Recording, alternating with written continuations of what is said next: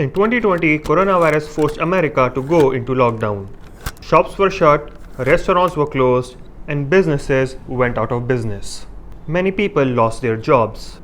Unable to earn any money, many of these people were also not able to pay their rent, creating a serious situation in which many Americans could have been forced out of their homes in middle of a raging pandemic. To prevent such situation from taking place, the United States Center for Disease Control (CDC) put up a moratorium or ban on eviction for non-payment of rent, meaning that the landlords were not able to evict renters out of their homes if they were unable to pay rent. This moratorium ended on 31st July 2021, putting millions of Americans at risk of being homeless.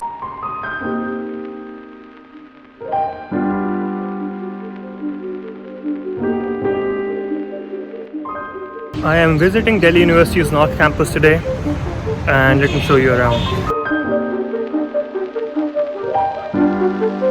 Now, the ban placed by the CDC on evictions only said that a landlord cannot evict a tenant for not paying their rent. However, it did not waive away the rent, which simply means that the tenants still had to pay their full rent once they got a suitable employment or when the moratorium period was over.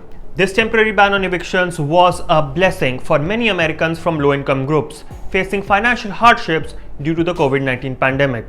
At the same time, the ban also created a very complicated situation for the landlords in the country. You see, the landlords also have to pay for the mortgages, maintenance, and utilities of their properties, which they conveniently did from the rent they received.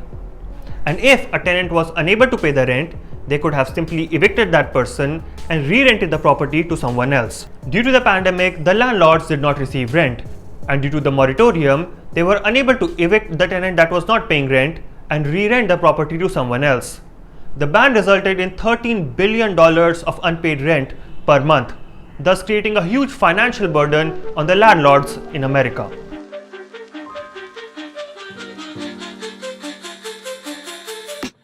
Okay, so Delhi University was founded by 3 colleges: St. Stephen's, Hindu, and Ramjas. This is where I studied.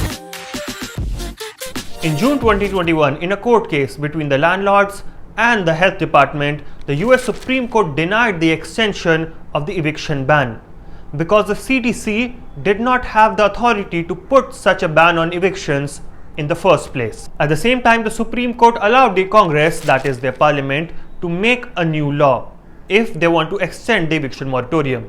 Joe Biden and the Democratic Party failed to convince the Congress in both the House of Representatives and the Senate to extend the eviction moratorium, despite having control in both of the houses, potentially forcing 11 million Americans who are unable to pay their rent to move into homeless shelters, unsafe neighborhoods, or worse, live on streets as the Delta variant rages into America. It is also very difficult for these people to re-rent new houses because as the markets are opening up, the rents for houses are also increasing. So what is the solution to this problem, which is fair to both the landlords and the tenants? Emergency Rental Assistance Program. It is a program started by the US Treasury to give financial assistance to people who are unable to pay their rent or pay for their utilities due to COVID-19. This way, the renters don't have to move out of their houses and the landlords also get their rent on time. A win-win situation. It is a very good solution. So what's the problem now? The thing is, out of the $47 billion that was supposed to be given to tenants for paying their rent, only $3 billion have been given so far.